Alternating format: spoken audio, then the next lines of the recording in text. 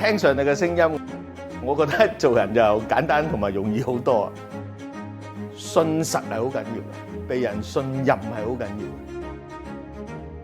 你應承過嘅嘢你要做到，同埋你盡力做俾人睇，呢個係好緊要。做人都應該係咁啊。係啊，係要咁落力㗎，即係做上帝嘅工咧，要落力㗎。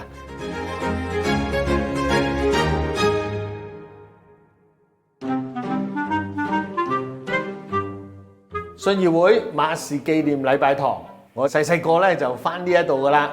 Martinson 咧，其實係紀念我哋嗰個創辦堂會嘅 Anna Martinson， 佢係將佢嘅退休金咧就俾咗我哋創堂嘅牧師，咁啊韓清河牧師。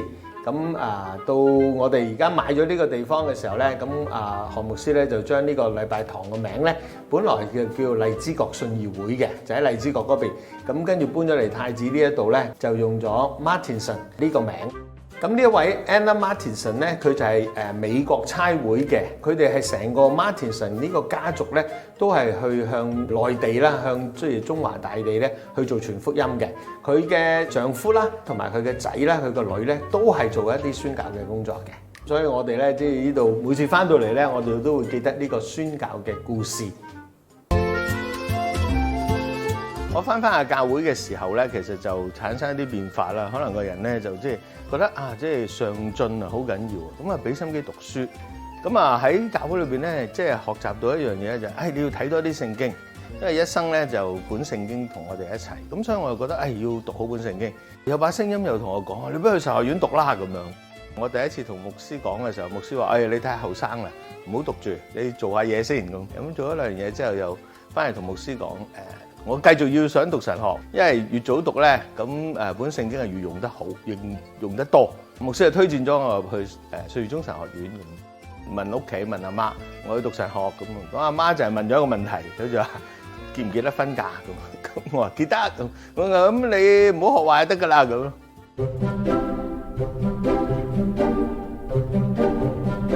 我對信義會就好早期已經知啦，就係有出版社啊嘛，道聲出版社，所以我係個立心係喺出版社裏邊咧去服侍嘅。我係諗住做即係寫作人嘅咋，所以嗰陣時到畢業嘅時候，我都係諗住唔做堂會嘅牧者㗎。不過咧有一位叫白德生牧師咧，佢就同我講，佢話你攞多啲堂會經驗，你先寫到嘢嘅咁。咁所以我先至去即係去返堂會裏邊去服侍啦。翻到去馬氏紀念禮拜堂服侍年青人嘅張振華牧師，由入職到按立，經過咗8年嘅時間。當年已經年過30嘅佢，再次諗起自己最原初嘅呼召。去到2000年嘅時候咧，有一次機會，我就過咗以色列咧，做一個華人嘅工作嘅短宣3個月。喺個死海嘅旁邊咧，就去諗咁我2000之後，我人生係點樣即係繼續行咧咁就有個聲音就亦都聽到嘅你要喺2000年之後，你要為你嘅呼召、你嘅文字、你嘅出版工作咧而努力。咁跟住我翻嚟之後，就同阿牧師去分享啦。喺2001年，道聲出版社咧有個空缺，咁一見嘅時候，咁就入咗去道聲出版社，擔任副社長嘅工作。我嗰個呼召咧就係一啲文字工作。咁我當我寫作嘅時候咧，我覺得可以同人去分享我自己一啲嘅諗法咧，係一件好開心嘅一件事。曾經啦，我個堂主任咧就同人介紹我嘅時候咧，就話：阿 Ben 咧就好中意寫書嘅，咁樣好中意寫嘢嘅。咁咧因為寫嘢咧係佢一種娛樂啊，係佢一種最開心嘅工作嚟嘅咁樣。咁我心尾諗下，都係喎，寫書對我唔係一個有咩特別目標嘅過程咧，我係好享受嘅咁。我啲書有個特點嘅，就係即係冇特定一個咩主題，突然間諗起我想寫啲乜嘢喎咁我咧就會攞起沓紙，咁咧就開始咧就寫嗰個大綱、嗰個目錄，咁一路咁樣咧就會寫出嚟，好似係一種生活嘅一部分啦咁樣。咁當我寫作嘅時候，我覺得亦都減晒好多嘅壓力啊！咁即係好感恩啦，上帝俾我呢種咁嘅侍奉啦，呢種咁嘅恩賜啦。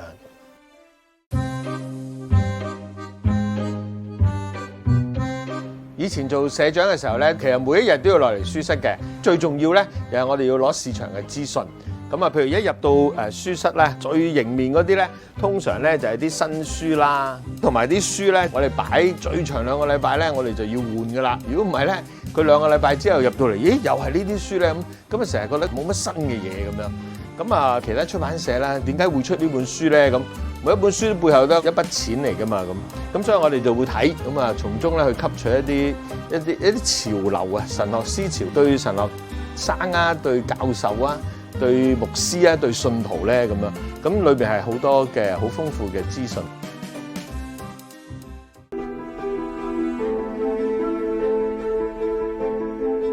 上帝叫我去做基督徒，上帝叫我去讀神學，做教師。咁到做導星咧，都係上帝叫我去完成呢一個呼召文字工作。所有嘅嘢咧，你做出嚟，跟住你祈禱，咁上帝就俾咗幾本書我做總代理，做出版。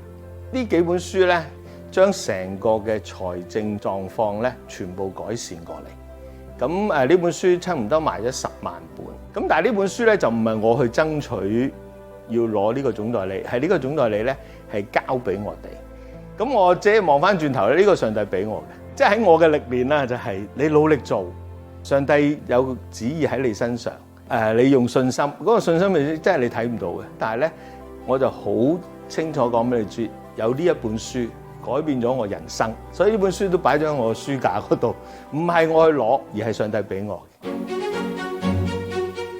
喺導星嗰度咧，即係業務上咧，根本就你一定要出去接觸好多人嘅，自己會啦、同宗嘅教會啦、差會啦咁。咁而當時咧嘅監督咧，亦都覺得我可以咧代表個會咧去出席一啲即係一啲會議啦，一啲宣教會去外國咁。咁所以喺成個嘅歷程裏邊咧，係可以話眼界大開。喺張振華牧師嘅服侍歷程入面，無論喺導星出版社做社長，之後擔當總會嘅執行幹事、副監督，直到2014年被選召擔任監督，整個過程唔單止令佢喺神國度裏面眼界大開，亦俾佢揾到服侍嘅秘訣。我諗有幾樣嘢啦，應承咗人嘅嘢一定要做出嚟，困難都要做。咁第二咧就你要為對方去諗佢個需要係啲乜嘢。第三，我覺得一樣嘢，喜樂嘅心咧好緊要，喜樂嘅樣咧好緊要嘅。人哋同你接觸咧，就覺得，咦，你個人咧係覺得工作或者服侍咧係一件好開心嘅事。呢啲冇得裝扮，你自己一種好感恩嘅喜樂，咁人哋就即係願意聽下你啊，同你即係一齊行啦咁樣。咁不過咧呢個係到今日嘅秘訣嚟嘅呢個。我哋信義中教會啦，6位嘅同工咧喺度聚，咁啊好開心嘅。我哋路德會、南亞路德會、崇真會、禮賢會、香港信義會同埋港澳信義會，咁啊6間教會嘅總牧啊、區牧啊、會長啊咁一齊啦，咁係好難得嘅機會。喺信義會做監督，都會帶住銀色十字架。喺2014年，上一任監督陳堅毅牧師授予張振華牧師十字架，代表佢受召服侍上帝並佢嘅子民嘅記號，亦都立下心志做好上帝所俾嘅工作。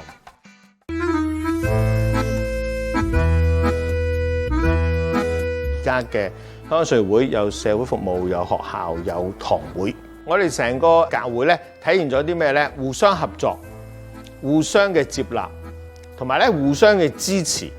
因為咧我哋加入嚟咧，我哋應該要保留翻每個堂會、每個學校、每個社會服務單位咧，佢哋針對嗰啲嘅即係處境，譬如嗰啲嘅市民，嗰啲喺嗰個區嘅學生，咁福音工作咧應該係按照翻地區裏邊咧佢哋嗰個處境、佢哋嗰個人士、佢哋嗰個弟兄姊妹嘅心志咧去發展。咁呢個係我哋一個即係教會一個好特色啦。我哋香港信義會真係好期望咧，每一位信徒咧，其實都好知道咧，或者清楚咧，成個香港信義會嗰個嘅，即係成個香港嘅服侍啊，就唔好淨係單單咧喺自己嘅堂會咧做一個好似禮儀上嘅一個基督徒，因為我哋做基督徒咧係為咗要有一個使命去跟隨上帝。如果話成個香信會喺香港裏邊有咁多服侍咧，我覺得每一個信徒咧應該要即係睇闊啲，參與多啲。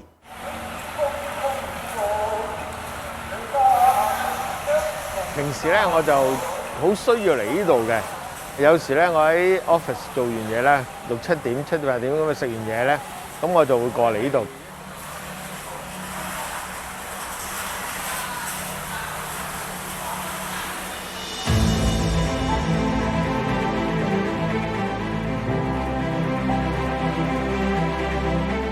咁嚟呢度做咩咧？我要係好深刻地覺得自己喺香港呢個地方，次次嚟到咧，我就好感受到咧，我係香港長大嘅香港人。我喺呢度咧做好福音工作，係對香港呢個地方每一個市民，我哋都係要有託付嘅。我做得牧師，我就要向佢哋傳福音。所以次次嚟到呢度咧，我覺得係最反映到呢個香港呢個地方嘅特色，所以我要嚟呢度重拾我嘅動力。今晚瞓好啲，聽朝繼續努力。